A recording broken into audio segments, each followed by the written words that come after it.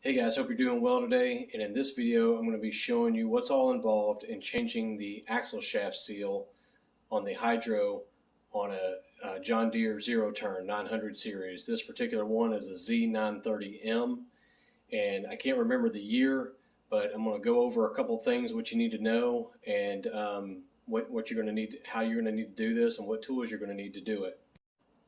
And first off, what causes a lot of causes these seals to leak most of the time is twine or things, string, wire, things get wrapped around the axle shaft, around the hub, and it just runs around that shaft and starts working its way into that seal and ruins the seal.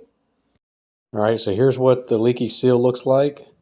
Now, first thing I want to go over is if you have a 22-year model or newer, you're not going to be able to replace just that flange that I have circled at the bottom. You're going to have to replace the whole shaft, which means you're going to have to take the whole hydro out and split it and replace that shaft. But if you have a model year newer or older, you'll be able to replace just that flange, and that flange is $152, just like you saw there. So when I first started here at this place, everybody used to always just cut these off, but I made a puller. You can get some pullers.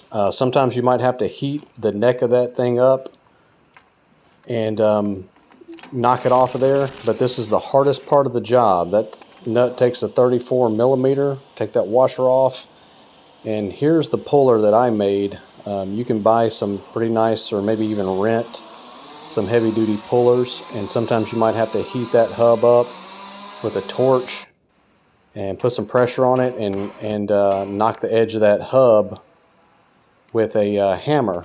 Now what I'm doing here, this is my home-built puller I made. Added several nuts there for more threads, and then what I do is I take the lug nuts and I actually put them on backwards. I'll put this one on backwards. I'll put that first one on improperly. So I'll put them on backwards to keep from damaging them. And then I cinch those down nice and tight.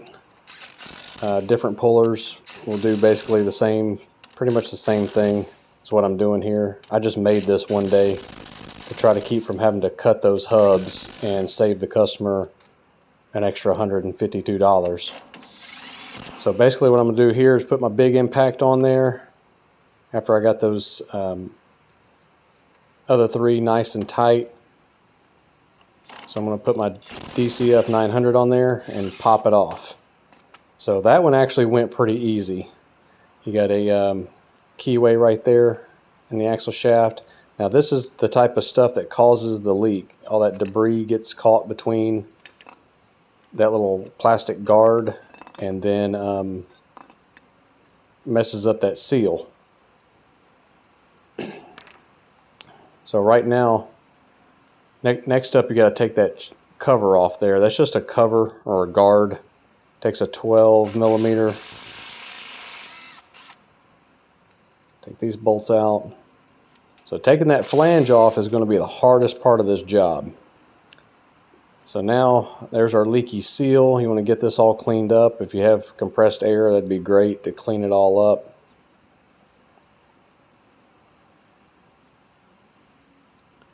Nice and clean.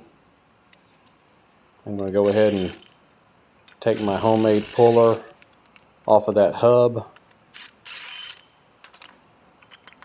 Again, you want to try not to damage that hub because it's $152.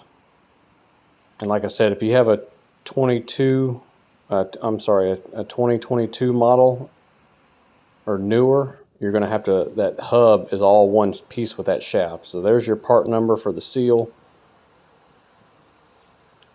So now it's time to I usually either take like a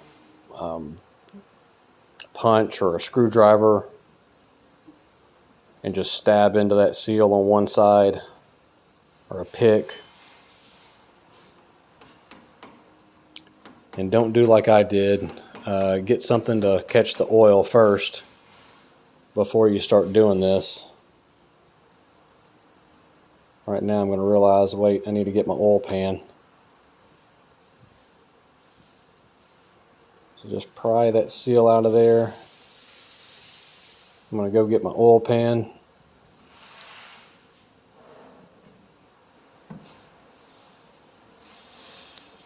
You're going to lose a little bit of oil, not a whole lot when you're doing this, of the high guard, so you want to have some high guard ready to top it off.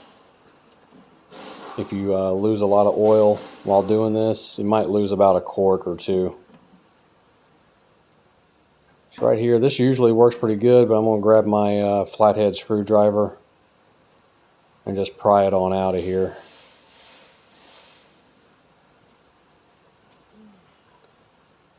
And be careful not to scratch the axle shaft, and don't scratch the housing. You just got to be really careful that you're not going to scratch anything, because if you do, a new seal may not, the new seal might leak from your scratches that you put into that axle shaft. So just be very careful. So right now I'm going to feel around there. I'm going to look really close. Sometimes if I've seen where metal wire gets in there and scratches up the shaft, where a new seal will not fix the issue. It won't seal it. So I'm looking really close. I'm seeing a little bit of groove there. And I'm sorry for my bad camera action here, but I'm actually looking really close. This one little section up here at about 1 o'clock or so on the shaft, that dark section right there, had me a little concerned, but it turns out that was nice and smooth, and you can see the rate of oil that's coming out of it right now. So I'm losing oil as I'm inspecting that shaft, and I'm going to feel of it and just kind of wipe it clean.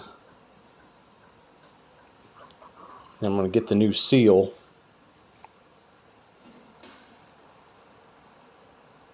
Just going to wipe it clean, make sure there's nothing in there.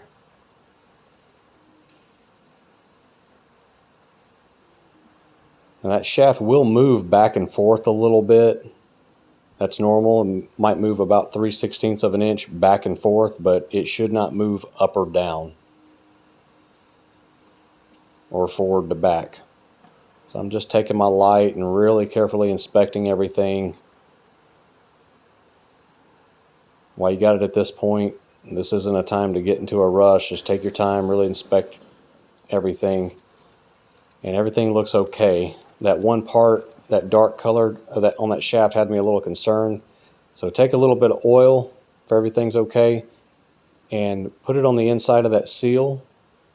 And I put just a really light coating on the outside of it, and then you want to just press it in there as evenly as possible with your fingers first. Get it nice and even, and then get like a flat punch, something that's nice and flat,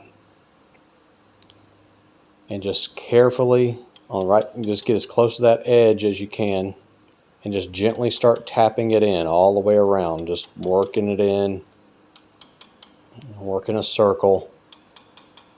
And as I'm doing this, I'm realizing this punch is a little bit bigger than I want it to be, and has a little bit of a sharper edge than I really want it.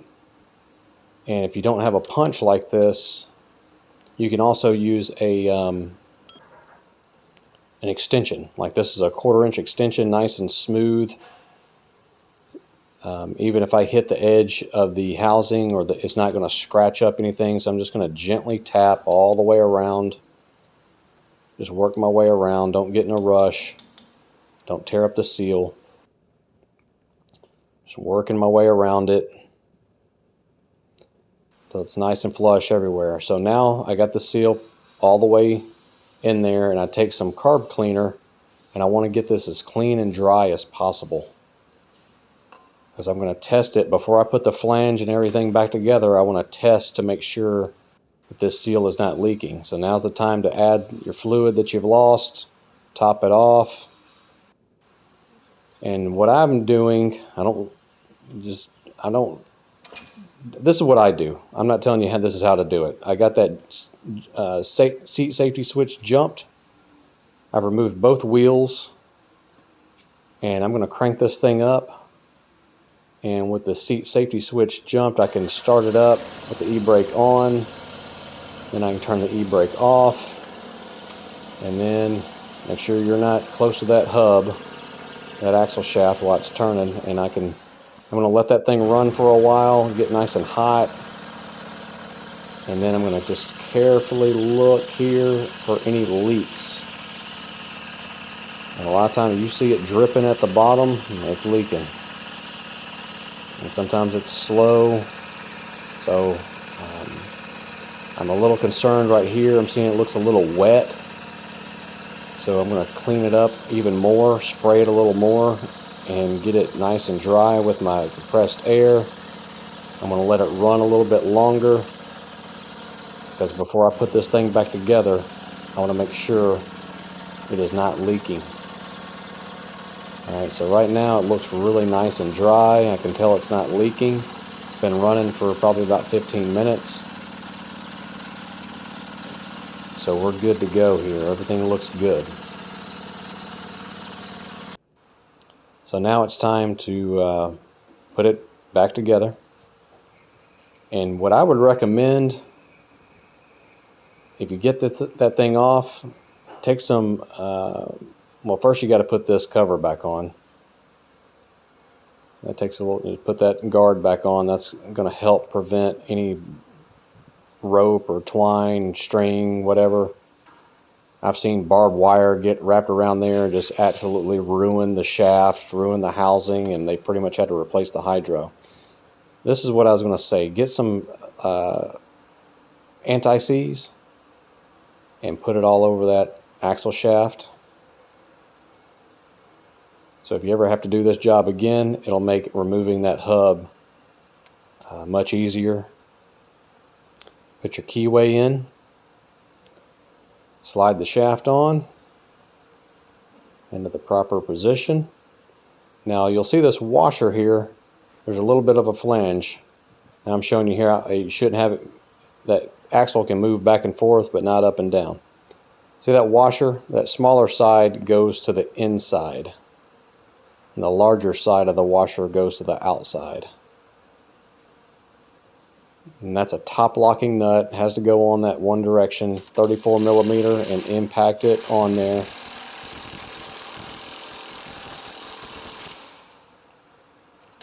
As tight as you can get it with your impact. Then put your cap on and you're done. So I hope you found this video helpful if you're having to do that job, and hope you'll hit that like button and subscribe, and I'll see you guys next time.